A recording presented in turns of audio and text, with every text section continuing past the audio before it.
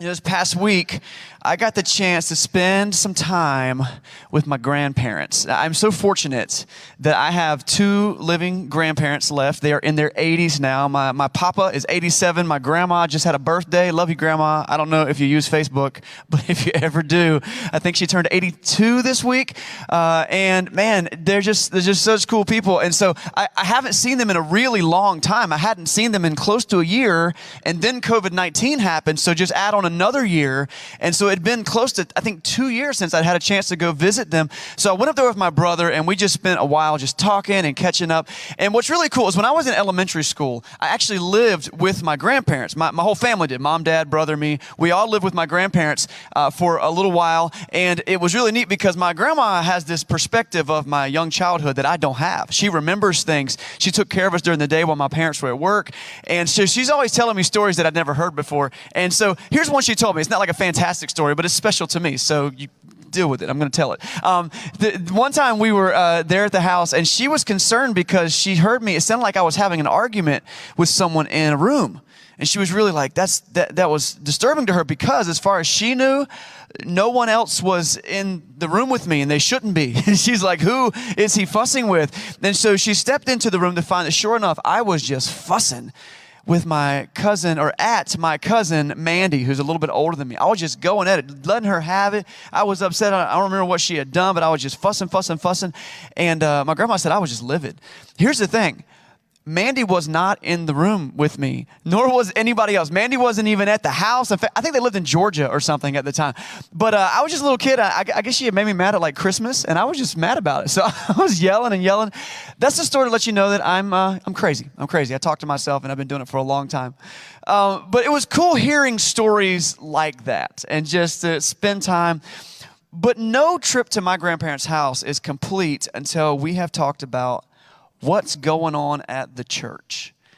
Like, they love to discuss church business and church stuff and church people and church happenings. And yeah, we're going to hear about what happens at the church I go to and the church that they go to and the church that my brother goes to, but also the church that my parents go to and our cousins go to and our uncles and aunts go to. Any church we happen to think about, a church that you drove past on the way here, we want to find out how, because look, there's a lot of things that we could be discussing with my grandparents. We could talk about politics and the economy. We could talk about COVID-19. These are things they care about, but nothing makes their heart tick like talking about the work of God's church.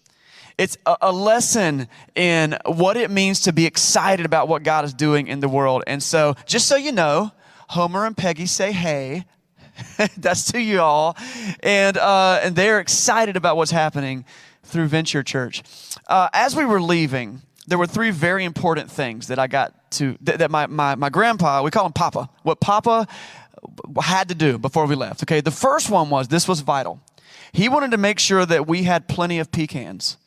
It's important. Everyone needs to have a good collection of pecans. He could give them to us shelled or unshelled, like shelled or in the shell. Like we want to make sure. I was like, I'm good. I just got some. And so good. So if you need pecans, I got a guy. Okay. The second one, I'm not going to tell you.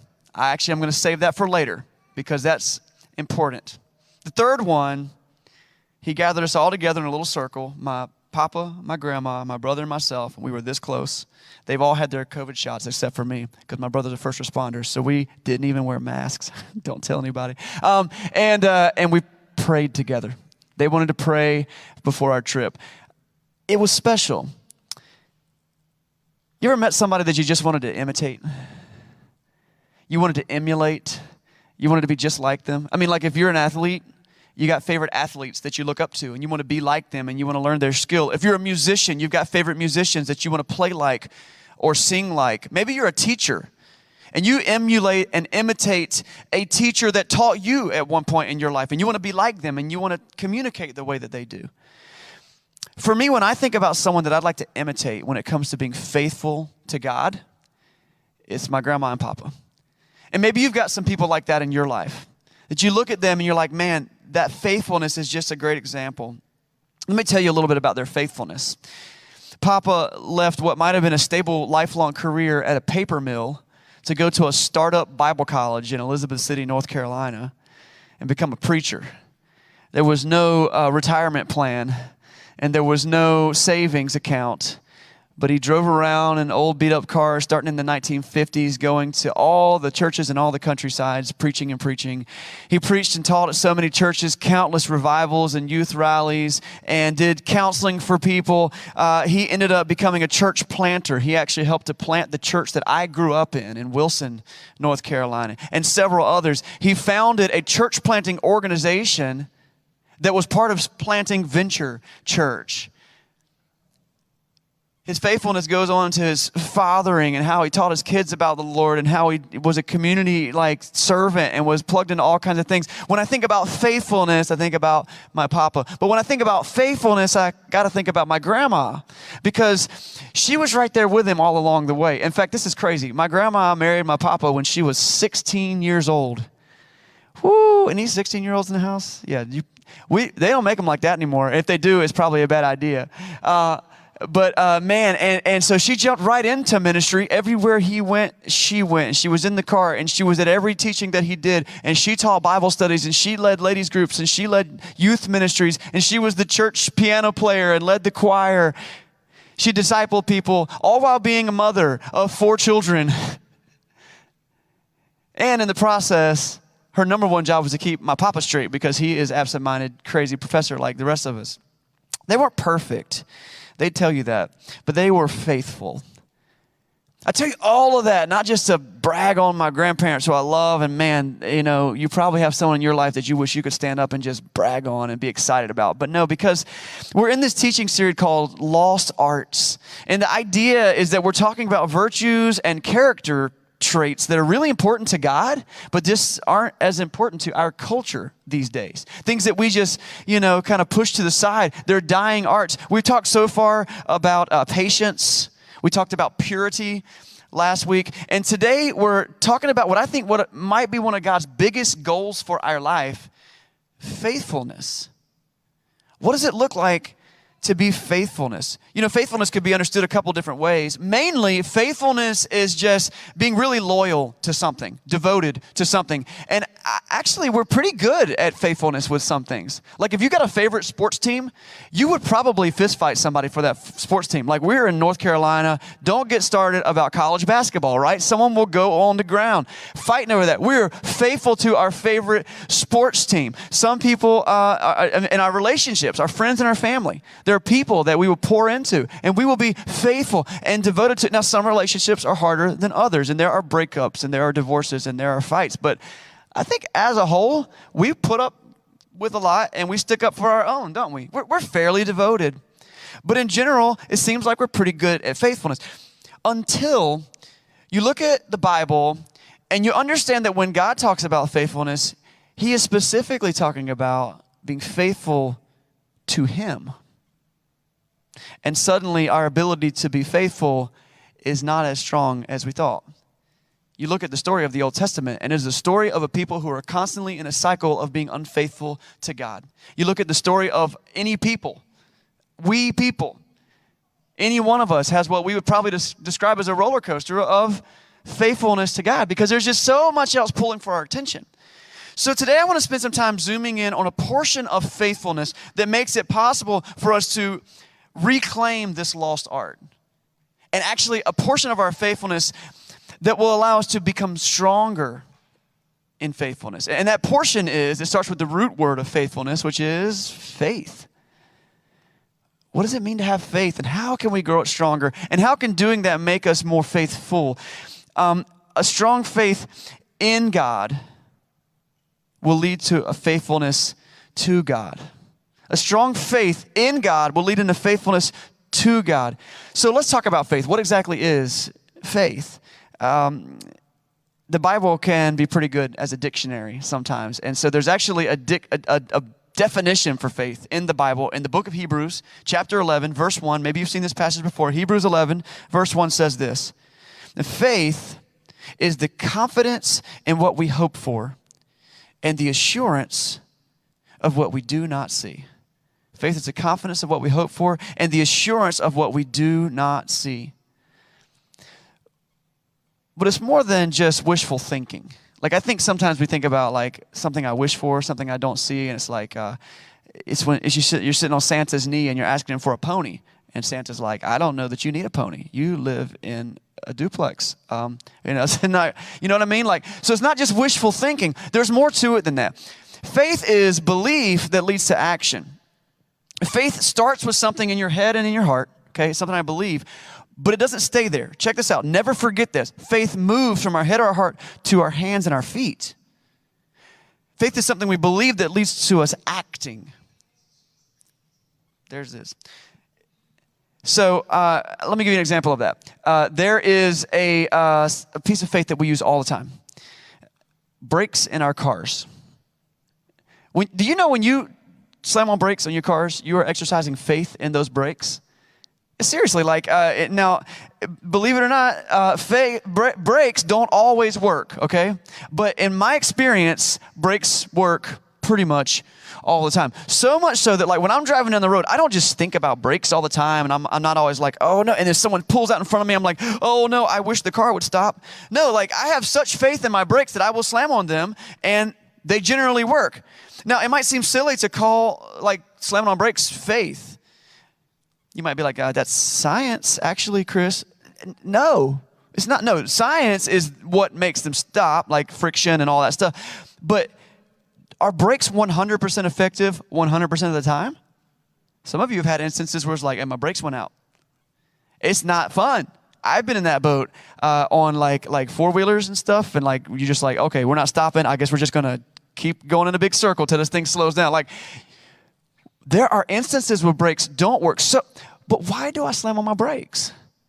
Well, because my experience has taught me that I can rely on them. I mean, if you've ridden in a car or you've driven a car, you have experienced brakes working thousands and thousands and thousands of times. So that in the emergency, when you need to slam on brakes, you're going to slam on them and they're going to work. You're going to. That's faith. It's the idea that I know that something's going to work, but I'm going to take that knowledge and I'm going to put it in my hands and my feet. I'm going to do something about it. Now, all of us, if you're a driver, at one point, were not a driver. You went to driver's education. You sat through a class. You took the behind the wheel class. You sat with your mom and your dad while they screamed at you the whole time from the passenger seat. You know, like you were in that. And there was a time in your life, if you've ever ridden with a new driver, where they're not too good at brakes, right? I mean, you slam on brakes, you get the whiplash thing, or maybe you forget to use the brakes and you're in a tree. And like, what is the difference between that new driver and the seasoned driver? They both have brakes. The difference is experience, practice, exercise. And the more times you slam on brakes, the more times you understand how they work and when to use them. Faith is confidence in what we hope for and assurance in what we do not see. I hope my car will stop. I'm sure that it will. So I'm going to take action. It's just an illustration, but I think it can give us a picture of what's going on when it comes to us learning about faith in God. Because we have to understand some things and believe some things, but we also have to do some things with our life. So what I want to do today is look at another place in Scripture. We've been in Hebrews just a little bit for a definition, but if you've got a Bible, go ahead and pull it out. We're going to be in the book of Mark. It's one of the biographies of Jesus' life. There are 4 of them. We call them the Gospels: Matthew, Mark, Luke, John. I like Mark a lot. Mark is called the Gospel of Action because it's a really short little book, and he's just jumping from story to story to story, and he's constantly saying, and then immediately they did this, and immediately they did that. It's a good place to start if you've never really learned much about Jesus and you want to study him some more. You can get a big picture of his life through that small book. We'll be in Mark chapter 9, starting in verse 17. And so in Mark chapter 9, we're going to be at verse 17, but in the first half of the chapter, we find that Jesus has been through quite an experience. In fact, he is on a roller coaster during this story. Let me set up the first half of Mark. I encourage you to go back and read Mark 9 sometime this week and see this story. But in the first part of chapter 9, Jesus was literally in a mountaintop experience.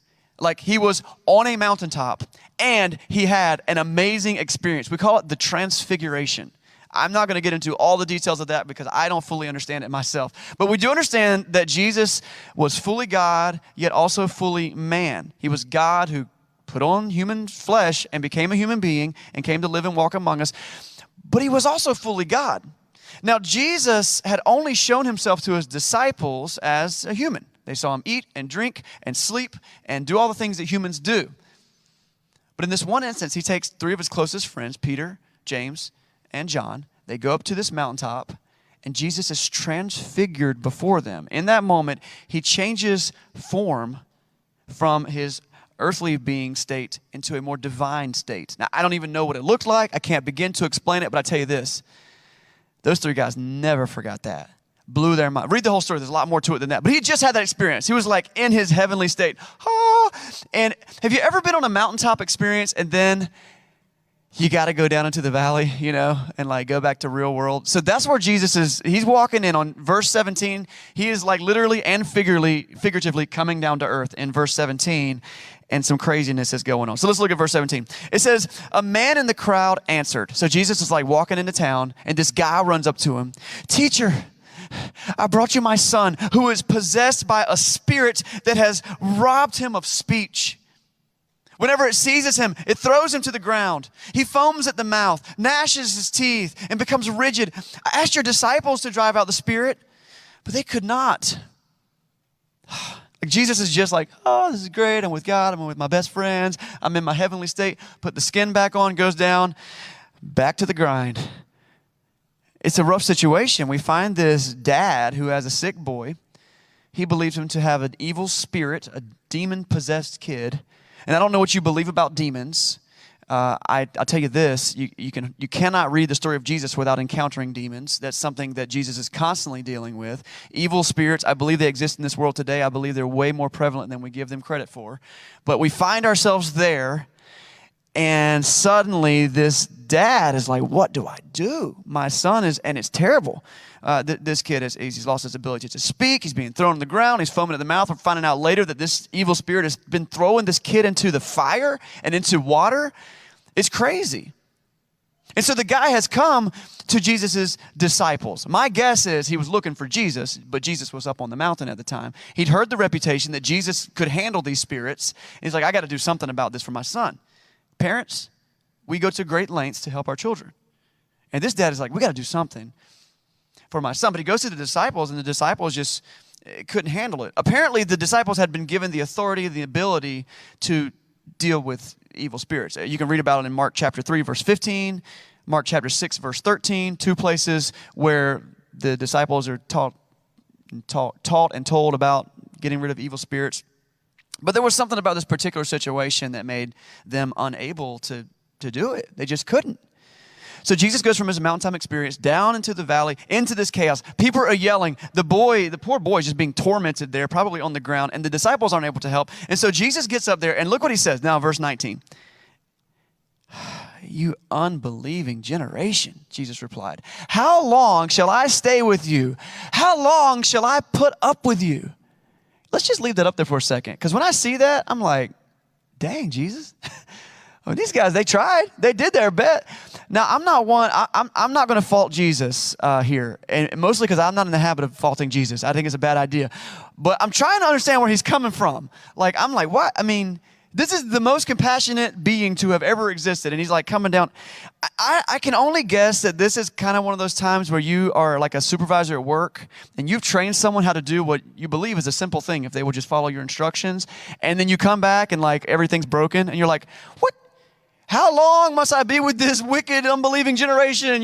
Just put the things on the shelf like I told you to. I don't know. Jesus was maybe disappointed, maybe just frustrated. Because remember, this is God in human form, Jesus, and he exhibited all of the traits other than sin that we exhibit. And one of them is frustration.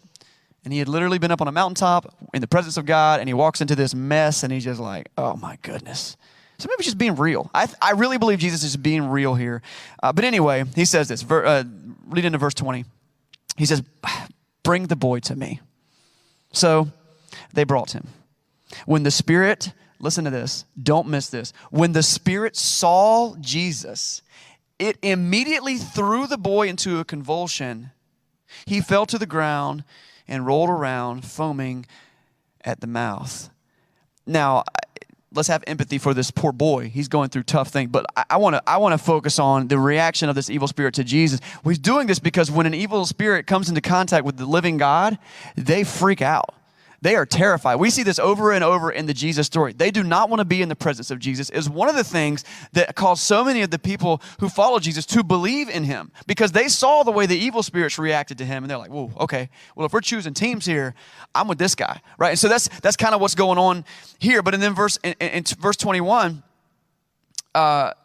Jesus asked the boy's father, and I love this, his bedside manner shifts. That first little sentence where he's like, you unbelieving generation, how long could I? Like, he's talking to his disciples, but then he turns to the father, and his bedside manner, listen to this. How long has he been like this? Like, he's like a paramedic showing up to the site. Like, I gotta care for this person. How long has he been like this? The father says, from childhood. It has often thrown him into the fire or water to kill him. But if you can do anything, take pity on us and help us. This is an impassioned plea from a father who just wants his little boy to be okay. And I can just hear the pain in his voice. And Jesus responds in a way that might throw you off a little bit. I kind of like it, and I think there's a lot to it. But look at this thing, verse 23. So remember, he said, if you can do anything, take pity on us. And in verse 23, he says, if you can, Jesus said, everything is possible for one who believes. Like, I picture this like the moment when my wife comes to me with the pickle jar, and she's like, can you open this? Can I open the pickle jar? Can I? I don't know. Here, loosen it up. Like, this is kind of the moment that Jesus is having. He's like, if you can. But I don't think he was just being tongue-in-cheek or making a joke. I think actually maybe he's asking the father a question. This is just totally Chris thinking, okay? So I don't know. This is just the way I'm seeing it after I studied through it. It's like he's saying, I don't know, what do you think? Can I? What do you think? He's asking about this dad's faith. Do you believe that I can? Because everything is possible for one who believes. The boy's father exclaimed, and this might be the most raw sentence ever said in the Bible to Jesus. He loved it. Verse 24, the boy's father exclaimed, I do believe. Help me overcome my unbelief. He's playing both sides of the coin here. And I really believe we can all relate to this. I do believe. But I don't know. I don't know what's going to happen, but I heard about what you can do, and God, I believe, at least I want to believe. But can you help me overcome my unbelief? You ever felt like this, Dad? Like, I believe as much as I can believe, but man, the world's a crazy place. This thing is bigger than I can imagine. I don't know. I don't know.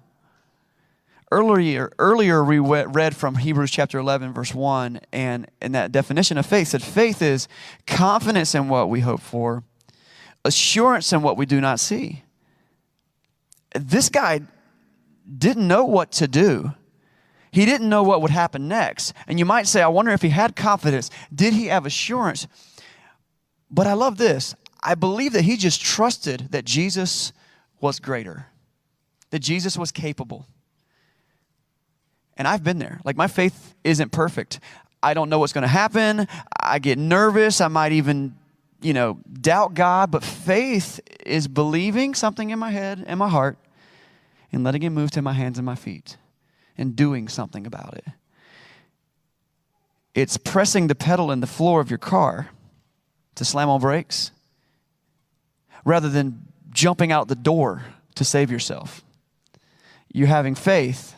You're taking an action that you believe is the best course you can make based on the knowledge that you have. This dad was in the right spot. He came to the right person. He was in the right posture. He knew that Jesus had done this before in the past. He did not know if Jesus was going to do it now. And I think that might be where this guy was. Like, I know you've done it before. Sometimes we try to have faith in things, and it just doesn't work out the way we hoped it would. People are sick, and we pray for them, and we believe with all of our heart that God will heal them, and then he doesn't. Or we want that new job that we really need, and we pray for it, and we just don't get that new job. And that is hard to swallow when it comes to faith. Because you begin to question yourself like this dad, like, I don't know, like, is it on me? Like, I don't know. One of the things I've learned about faith is that faith isn't about me getting everything I want. Faith isn't that I just pray and that God just gives me everything I wish for. Faith is trusting that God is who he says he is. And even if he allows some things to happen that we don't even understand, we don't even like, that we still decide we're going to be okay with that. And if you've ever been through some pain and some hurt because you had unanswered prayer, I think that's something I really struggle with, because does God choose not to answer some prayers? I've come to a place where I think that's not true. I think he does answer our prayers, and the answer is no. But at the same time, it hurts, doesn't it? And this father doesn't know what Jesus is going to do. I do believe, but help me in my unbelief. This guy was building his own faith in this moment. I think one of the ways he was building his faith was just by asking Jesus. He didn't have to ask. He could have been like, man, that's all voodoo, hocus pocus, man. You heard them stories about Jesus. It's all smoke and mirrors, man. Jesus doesn't heal people. But he said, you know what? I believe. I really believe, or I want to believe. Building his faith happened in him just asking. But how do we build our faith? I want to just pause the story of the guy and the boy just for a second. And just ask the question, like, our goal is to be faithful. At least that's the lost art we're trying to reclaim. How do we build our faith? I think it happens in one simple step. Simple in air quotes. I think the key to building faith is by taking a step. One step. What step? I think it's in taking a step away from me relying on myself and towards me relying on God. Let me say that again. Faith is taking a step away from relying on myself and toward relying on God. And they can be very small steps. Like for this guy, it was the step of tracking Jesus down. And then it was a step of going to the disciples. And it was a step of then, after all the what might have been embarrassment of talking to the disciples, still asking Jesus himself. Each one of those was a step. And for me and you, it means taking steps in what we're going through. Like for your family, it might mean just leading your family in one prayer today at lunch. Like, I'm not leading my family in my faith and in spirit, but okay, I'm going to try. I'm going to take a step. I'm going to go out on a limb here. I'm going to say a prayer for lunch with my family. I'm going to pray with my kids before they go to bed for the first time. I'm going to do a Bible study with them, even though I have no idea where to start. I'm going to take the step. I'm going to have a conversation. At work, what if what we decided was, I'm going to make this work an act of worship to God, even if I hate my job. Like, I'm going to make this work an act of worship. I'm going to try my best to have a good attitude so that other people can see that. It's a step. And every step that we take, faith is a muscle that gets worked out in every area of our life, in relationships, in school, in hobbies, in our problems. You take a step away from relying on yourself and a step towards relying on God. Martin Luther King said, I love this quote from Martin Luther King. He says, faith is taking the first step even when you don't see the whole staircase. It's just the first step. You're getting closer, you're learning. And the stronger our faith gets, the easier it becomes to trust God, because each step we take leaves a footprint in the ground behind us. And you can look back and be like, God had me there. God had me there. God had me there. And every step we take begins to build our arsenal of defense in our brains, knowing that God has brought me along. And check this out. When you're in a community of believers like this, you get to see their footprints too. Stepping away from relying on myself towards relying on God. And those steps add up. And before you know it, you've become faithful, devoted, loyal, and you've reclaimed the lost art of faithfulness. I started out talking about my grandma and papa, and I look up to them for so many things. But one thing about them that I want to imitate is their faithfulness. I told you my papa is 87 years old. I told you that he was a preacher and that he did a lot of amazing things and leading people to Jesus and all these cool things, the hundreds and thousands of people that will be in heaven because of the work he put in. I'm just pumped about that. I told you that when we were leaving the house, there were 3 things we had to do. I had to make sure I had enough pecans. That's very important. We had to pray together. But before we left, he ran over to his desk and he brought me this.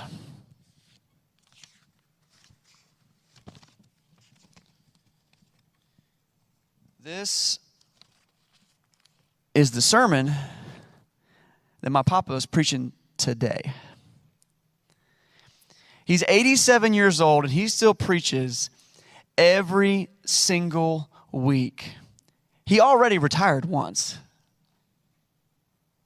And he gave this to me and my brother, who's also a preacher, and he said, listen, don't ever quit.